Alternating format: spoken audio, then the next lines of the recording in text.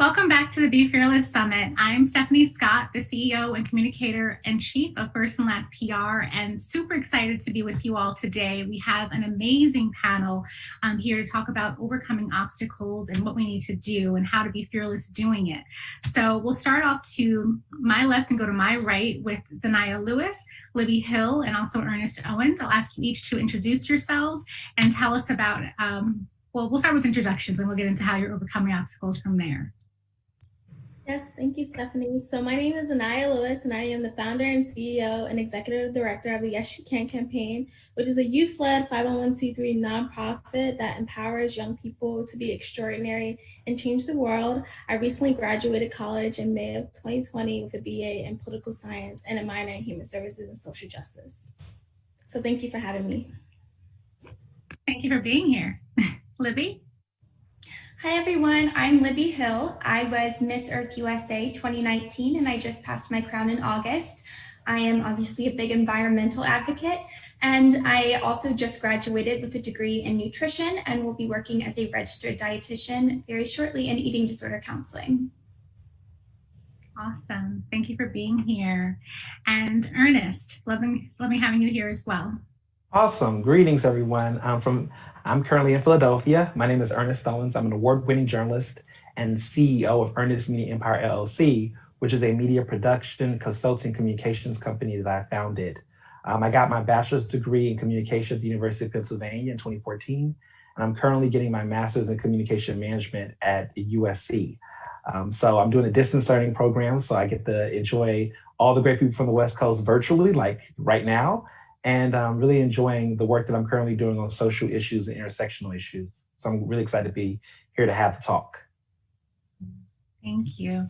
So let's kind of dive in. I think that when we think about careers and what we're able to do, there are always hills and mountains that are in front of us.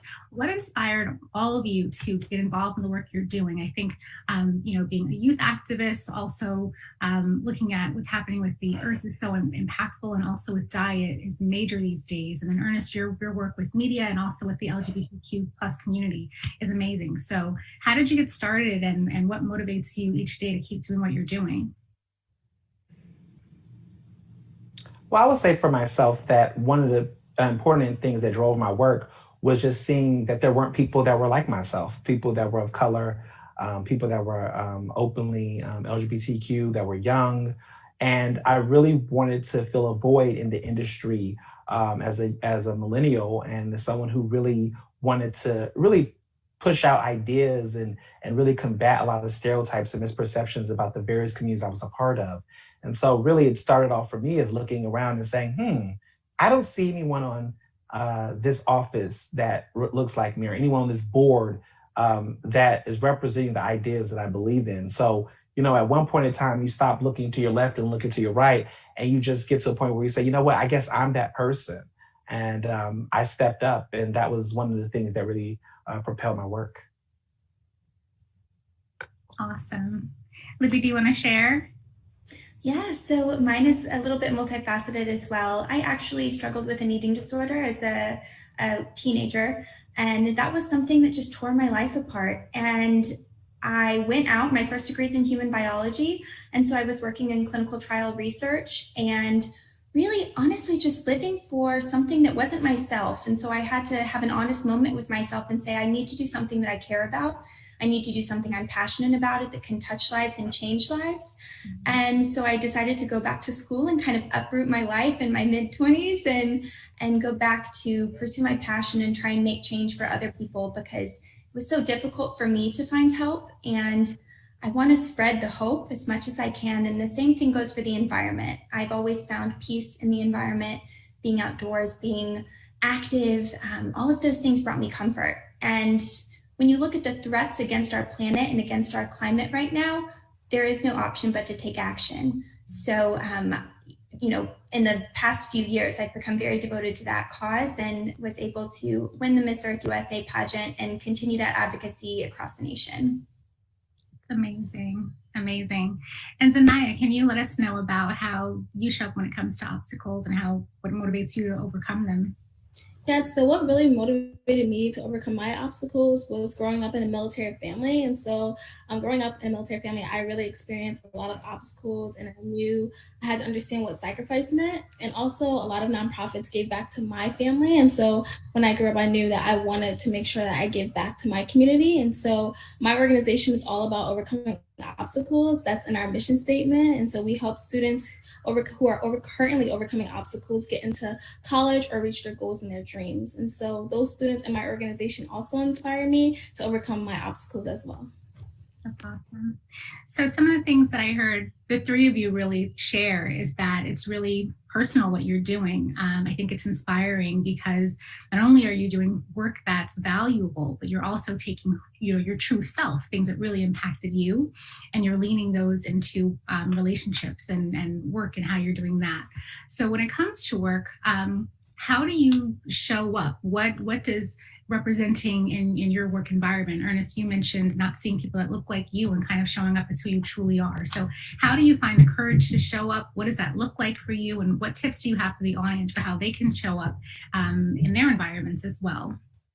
Well, for starters, as someone who owns my own business, it was very important for me to really understand that even for those people who are entrepreneurs, we have people here that are CEOs and start businesses, that even when you are working for yourself and you're independent, you still may not necessarily be in full control of what you do. You're listening to other people around you tell you what direction you should do, where you should put your business, how you should, do this. And it still influences around you that's still dictating what is yours. And so how I've learned to show up over the years is really prioritizing my self-care, prioritizing my personal values and self-worth, and really navigating what is true to my interests. So one of the things that I was very passionate about as a journalist, as an independent media owner, is that I really wanted to tell stories that were going to make an impact. I love social issues. I do love entertainment and pop culture. But what's really important to me is that the stories that I tell and the issues that I cover is talking about issues that can transfer to people from various backgrounds. So if you are a doctor and you read a story that I write about voting rights being violated, that's going to make an impact around you and maybe your family. And so that was hard because a lot of people around me were very much like, you should shoot for broadcast, you should do red carpets, you'll get famous, you'll get this. And when I really looked at what I was really passionate about, it was honing into that truth. And so my advice to people watching is that, really figure out first and foremost, what do you prioritize? What do you care about? What are your personal values, and how you navigate the profession, whether as a CEO, as someone who owns your own work, or someone who's, working for a company. Don't feel like you have to compromise everything. There's always going to be compromises in life, but sometimes I feel that we often compromise too much with things that are sometimes non-negotiable. That's very true. And I know, Libby, you shared something very personal. I mean, you shared that what motivated you in terms of diet was an issue that you had before and overcoming that. So how hard was it for you, or how challenging, or what was it like to identify that, but then also want to help other people going forward to experience something a little bit different? Yeah, so each eating disorder is very, very personal, and it's typically tied to your own trauma, as are most things in life. And so I loved hearing what Ernest just said about, it's not about being famous, it's about finding where you fit and doing something with that. And for me, I think that we're all placed in the places we're supposed to in order to affect change and in order to find our passions. And sometimes the greatest change happens from, not the most, beautiful, fabulous, famous career. Real change happens in the community. That's where it starts. And so I found it really difficult to find a dietitian. I went to many, many doctors over the years, and nobody ever referred me to a dietitian. And I didn't know it existed until I was in college athletics, and I was referred to a dietitian. So just being able to recognize, in a way, how dysfunctional our system can be. It's geared toward maintaining the status quo and not geared toward helping others. So that's what set a fire in me, not only to pursue my own recovery and crash diet culture, but also to help others find the same light bulb that really helped me turn my life around. Yeah. I think you hit on a good point. When society winds up steering us in a direction that maybe we don't go along with, right? So we're going to switch a little bit into current political and social issues. So I know everyone's well aware that we're going through two huge crises at the moment. We're trying to get over COVID and survive, and we're also going through our second pandemic in the country, and that's the racial pandemic that's happening right now. So how do you deal with, your day to day with everything when there are other things outside of you that are literally crashing around? How do you show up at work? How do you instill your values? How do you just show up and smile when there are so many things that are happening right now? I mean, those are two huge obstacles. So how do you suggest that the listeners that are now are able to get over those items? It's tough. I would say that, for myself is that I always tell myself if I am not my best at my best, I can't be good for anyone else. Yeah. And so that is something that I always remind people is that you can only be as good for others if you're not good to yourself. And so I make sure that I try to get as much rest as I can. I take a break. I sleep. I drink water. I've been doing a lot of that more and taking the time to really make sure that I'm okay. Because what often happens, and I've covered activists and protesters, is that they get burnt out Mm. and they give so much of themselves. And there's a lot of people who, during this pandemic, was doing a lot of service and work, providing food for people who were in need early in April. And Mhm. this is before George Floyd's death. This is before, Breonna Taylor had made the headlines. And they were already exhausted from doing so much of that. And then the summer happens and a lot of them were burnt out. And so I learned a lot from their experiences that, you have to pace yourself. The unexpected is always happening. But I always treat my health like it's an insurance plan. Like I need to always stay prepared, even when there's not a crisis, making sure that my mental health is there, making sure that my house is in order and that I am well rested, and making sure that I feel good, or at least make sure I eat something, and do those things because I just never know what can happen. I could get a phone call that can distract me, and at least I could say, okay, I wasn't with my stomach growling or I wasn't restless.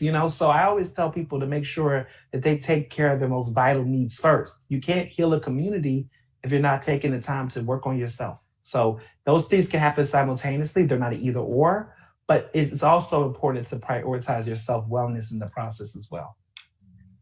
Sure. Yeah, very, very true points, indeed. And I think, no matter what we're doing, it's also important to share your values and to share what you believe in all situations. I think whether it's school or work with your friends, people are drawn to you because of what you bring to the table. So being able to use that voice is important. Zaniya, for you coming into this, I know you started your career, you founded your nonprofit at a very early age and just kind of motivating teenagers. Was there ever a time when people discounted you because of anything, because of age? It could be because you're a woman or any of the other, titles that people put on us. Have you ever found a situation where people tried to put you in a box, and how did you get out of that box, or did you not let them put you in that box? Tell us about that a little bit. Yeah, so I always get put in a box. I'm running my organization, especially at a young age when I started. And also being a Black young woman, people don't think that you're able to accomplish a lot for some reason. But I don't let that get to me. I do have to put people in their place. And sometimes when I first began my nonprofit, I thought I was like being mean at first, and then I was like, no, like you shouldn't be disrespected because of your color of your skin. You shouldn't be disrespected at all. And so it is standing up for yourself, and not always. I know for running a nonprofit, you don't have to take everyone's money, you don't have to go to every meeting. You should definitely negotiate with people that you believe have the same morals and values as you, but if they do disrespect you, it's okay to walk away from that, because it's always something greater on the other side. So that's how I've been able to deal with it. And I also have a great support system. And also having Black young men that are also leaders in my organization, we all stick together and we all make sure that we are, understanding that we will not experience disrespect from people who may take our age as something as an obstacle, or our color of our skin. I'll ask the same question to you, Libby. I don't know many beauty queens or anyone else who's a Miss Earth, so it's a huge honor to have you here. Have people ever discounted you because of pageant life or anything else that you stand for? Absolutely. I think that there's a huge misconception surrounding pageants that the women who participate in them are shallow, are interested only in beauty, but that's just one component of embracing your femininity if you choose to be feminine in that way. So, I mean, I think there are a lot of expectations surrounding a pageant queen, but at the end of the day, pageant competitors are some of the most dedicated women you'll ever meet. It takes a lot of physical training, it takes a lot of advocacy and going out into your community, getting to understand your community's needs and taking action. And that's the greatest thing that I've learned through pageantry is how to take action, how to not be afraid to take a step or to organize an event. So really just putting yourself out there and saying, you know, whatever you think is okay, because I'm trying to be the best version of myself. And that's all you can do. You can't listen to other people's opinions. You have to be honest with yourself about who you are, how you want to compete, and what you want to pursue in life. Otherwise, you'll never win. Totally. Yeah. And Ernest, I'll ask the same question. I mean, you've made the Forbes 30 under 30 list for the work that you're doing and just being so courageous in your voice and how you're utilizing it. So have you ever been in a place where maybe you wanted to report on a story or you wanted to cover it a certain way and people tried to put you in a box and say, we don't want to hear that voice or that viewpoint, or Ernest, you know, maybe you're not qualified because of whatever stereotype we have preconceived in our mind. So how have you overcome those kind of stereotypes and those obstacles? Absolutely. Right now, I've been covering politics for the past 2 years intensely. And, you know, I'm going to be 29 next month, but I'm in an industry in a city where, you know, I'm in Philadelphia and there's always a story in Philadelphia. There's always a local scandal, a major election or something. And it's very seldom that we actually have young people covering politics. And we don't even have enough Black people covering politics in a city like Philadelphia, where it's a majority Black and brown city. But there's a lack of diversity in those covering politics. And then when you get into the age, it's different. And so when I started off and said I wanted to cover politics in Philadelphia, there were other folks, people in the industry that were very critical and skeptical about my ability to do the work and cover the races. And a lot of it had nothing to do with my ability and my talent. You know, I had won previous awards for my investigative journalism, and all I was going to do was transition my talent and passion in covering community affairs to politics. And so, you know, my editors who I work with, you know, didn't listen to that. They looked at my talent. They knew, you know, why not? They let me do it.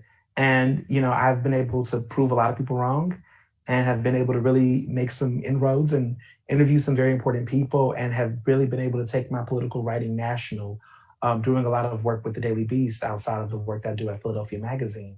And so it's really just a matter about being confident in your ability and making a case for yourself. Too often, we're always asking for validation from other people. And while that can be sometimes helpful, you have to make the case to yourself first. If you can't convince yourself why you want to do something, then that's where you go wrong. And so for me, I knew why I wanted to do political reporting. I knew what I could bring to the table that was different. I already made the case for myself. And so there was nothing that was going to stop me from that. I think when people are often dissuaded by others in conversations or when they're thinking about something, it's because they hadn't taken the time to make the case for themselves and think it through. So my advice to people watching this is to really be firm and have conviction in things that you believe in and things that you want for yourself first. And then, you know, go off and set forth into making that a reality. Awesome. So I'll have one rapid fire round of questions, and then we're going to start taking some questions from the audience. So you all talked about different decisions you had to make, different ways that you've had to pivot in different ways. And I know, Zaniya, you mentioned, which I believe in as a business owner, I agree, not all money is good money. So if you could list one or two different values that you have or that you've established for yourself to help making those decisions easier, what would you say are some of the values that you stick by when you're trying to figure out what's a right decision for you and what's not the right decision? So what are some of your equalizer values? Yeah, so for me, my values would be just making sure that after, even if it's not money or anything like that, to make sure that either that partner that you're trying to develop a relationship will still be a part of you, be a part of you, even if you don't have a whole bunch of money or a whole bunch of people. If they still really are involved with your mission and they really believe in your mission and your goals and your organization, that's one moral value for me. Two is just for me, I don't want to have to change my organization or myself in order to be your friend or even to be your partner into something. And so I think that's just another lesson that I've learned and that I stay by. I don't want to have to change anything about myself in order to be someone's friend or be someone's partner or anything. So that's just some advice I have for people, whether they're starting a business or just on their personal lives. Awesome. Libby, how about you? For me, my two main guiding principles are always honesty and welfare. So my first thing is, am I being honest with myself, and am I being honest about my intentions and what I want to do? If I can't say yes to that, there's no point in doing it, no matter the reward or the outcome. And the second is welfare. Welfare guides my life in terms of how am I affecting other people? How am I affecting the planet? What are the consequences of this action? So I think you have to look at both your truth and the consequences attached to it and decide, if, speaking in environmental terms, if taking that flight without offsetting the carbon footprint is worth it or not in the long run. Awesome. And Ernest? Yeah, absolutely. So my two is two questions I always ask myself when I take on a project or opportunity. One, is it equitable? I realize and I'm learning, especially during this pandemic, that my time is valuable. And so I have to really know, is this equitable to me? Is this something that's going to fulfill me, nurture me? It could be financial, it could be socially, it could be emotionally or spiritually, but I need to be able to find value in it. And so any opportunity I take, there has to be a level of equity involved in it, because too often, especially with women, especially with LGBTQ people, especially with people of color, we're often exploited for our labor and our work. We don't get fair pay. We don't get fair opportunity and access. And so I always want to make sure something's equitable. And lastly, I always ask the question, is this me? This opportunity I'm taking, does this represent who I am? Am I copying someone else? Is someone trying to make me something I'm not? And so if it's original and it speaks to my values and who I am, and it's a good look for who I am and what kind of person I'm trying to be, then that always drives me as well. So something being equitable and something that is me. That is my two. Awesome. Okay, so some questions from the audience. Thank you all. This has been amazing so far. And anyone can answer. So what is the best way that you think young people can get involved in activism? I would say, go ahead. You can go, Zaniya. First. Thank you. So I would say first is to look in your community and see whether there's different organizations that you are really passionate about, or the topics that you may be passionate about. Two is, and if you can't go volunteer right now, you can do virtual volunteering. So there's so many different organizations that are offering mentorships, different internships that are volunteer that you can go out and make a difference in your community. There's also different protests that out there that you can go protest, and also voting is extremely important. Yeah, I agree with all of that. I would add too, is this having a backbone. Sometimes I always tell people that the activism starts in your own backyard. Before you want to hit the streets, before you want to go out to City Hall or do anything like that, look at your own, workspaces. Look at your own social circle. Are your friends or peers or people around you exhibiting behavior that is sexist or homophobic or racist or a combination of all of those things? And so I always tell people, before you want to be an activist in those streets, be an activist in your own space. And so that is something that I have learned over the years when I tell a lot of young people, and just a lot of people in general, is just look around your environments and really combat the hate and the negativity within your own spaces first before you start to go out in the streets. Awesome. And has there ever been a time where either of you have encountered an obstacle that someone else discounted as an obstacle? Maybe they were uneducated or ignorant to how their behavior was. And so they didn't know that they were being insulting or if there was an obstacle being built. And if so, how did you overcome that? Or did you try to convince them or show them anything different?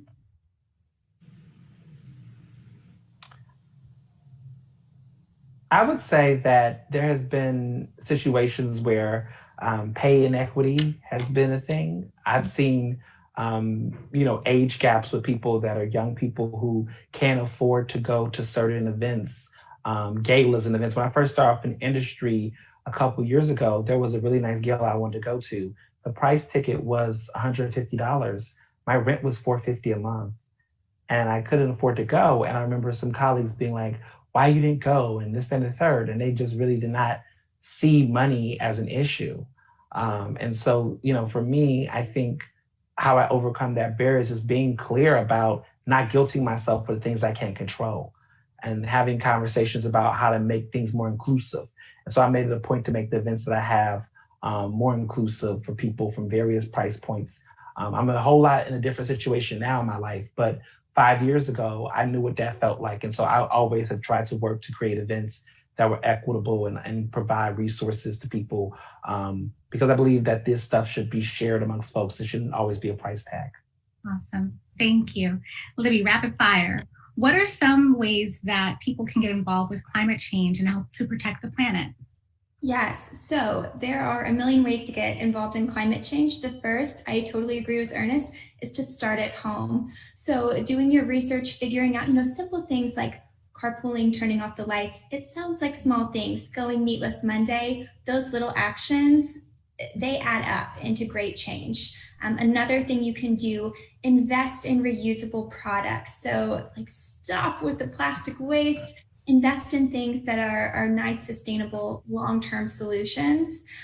Also, just educating yourself on your local environmental policy is huge. Voting in local elections has a major, major effect on what's happening to your city because each city has a different, different atmosphere, different pollution, different concerns. So educating yourself in your community and voting for the environment is huge.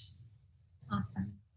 Then probably our last question, anything else, you guys can follow us on Instagram, check out everyone, make sure you stay connected. The last question, Ernest, you mentioned self-care, and the audience wants to know what are some of your self-care practices? If you can list one, then Libby, you can share, and then Zaniya, you can share too, but how do you all take care of yourselves when you're not doing panels?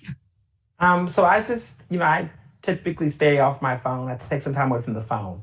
I can be addicted to my cell phone like a lot of people, but sometimes what I've done now is when I go to bed, I put the cell phone in the other room and have it charged, and my phone is completely away from me. So I like literally make a distance, and I find myself somehow mentally free. Yeah. So I would say put the cell phone like at night or something, put that cell phone in the other room. Don't even have it next to you. Don't even lose your mind on it. Just let it go for a little bit, and unwind. So that's what I do. Libby, self-care. Sorry, self-care for me is either making a really beautiful meal. That's always very relaxing to me, just the process of chopping and going. And my second would be going out into nature and just exploring in the woods. That's one that always puts me back in my right headspace. Awesome. We have to wrap up, but Zaniya, one quick self-care? Yes, for me, I just exercise every day for an hour. Awesome.